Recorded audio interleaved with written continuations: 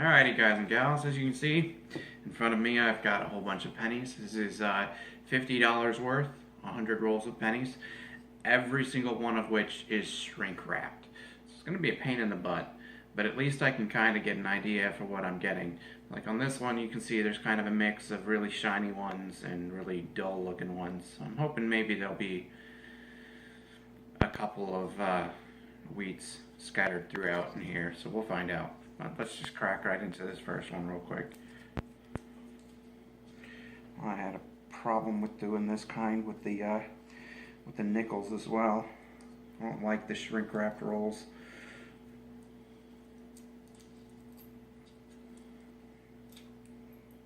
Well, there's a Canadian right off the bat.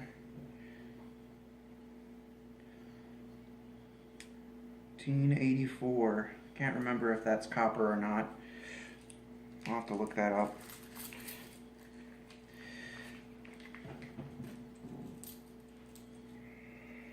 $20.16.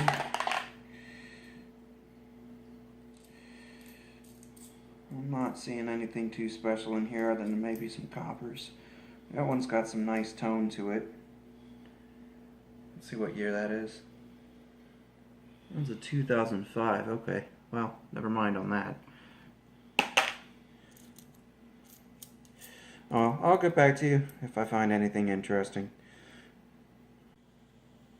Alright, first roll. We're off to a good start already. I don't know how well you can see that, but that is a 1945 D. And it is our first wheat penny in the very first roll. So if that's an indication of how this is going to be, I'll be pretty happy. Alright, this first roll has been pretty awesome.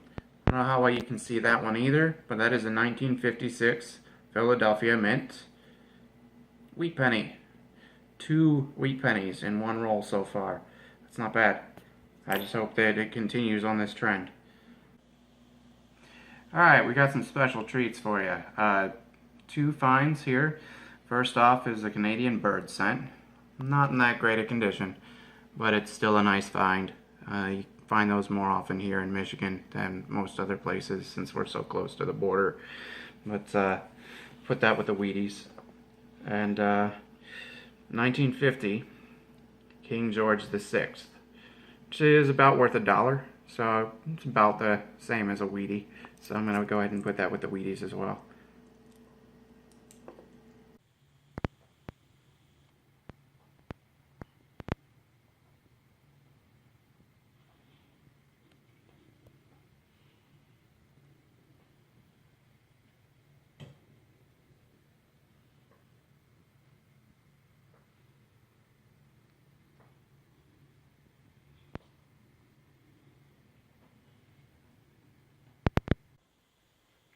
Alright, so I've got 3 piles of copper here.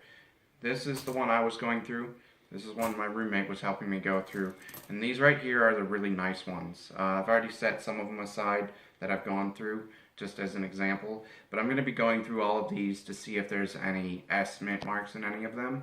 And I've got a few S's in here, as well as a 55 that is a form of double die. So I'll show you details on that at the end.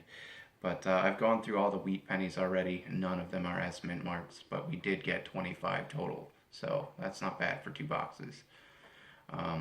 If I find anything S mint marks or short print or low mintage, I'll let you know.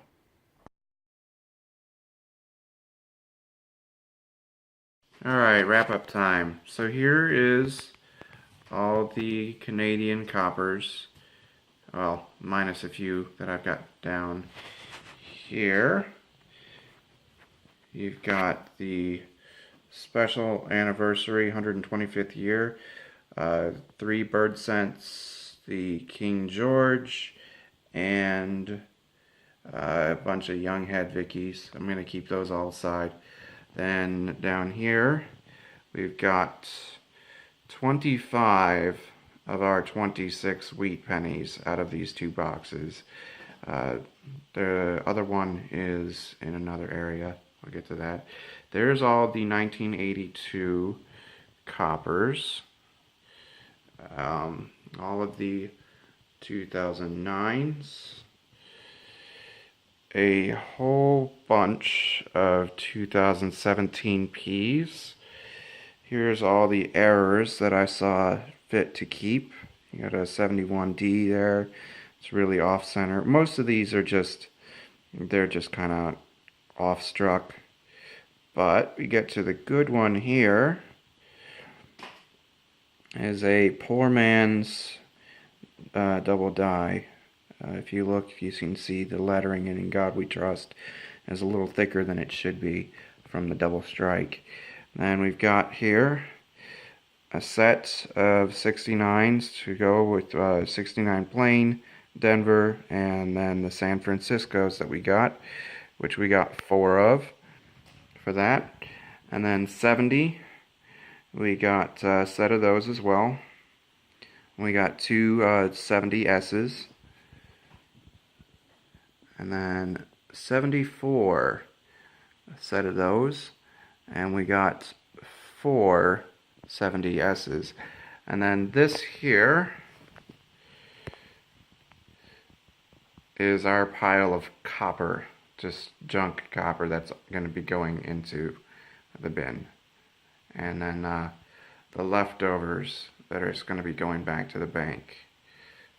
Oh yeah, and that bag there is the nice ones that I didn't want to keep aside. And then this stack here is the nice ones I did decide to keep.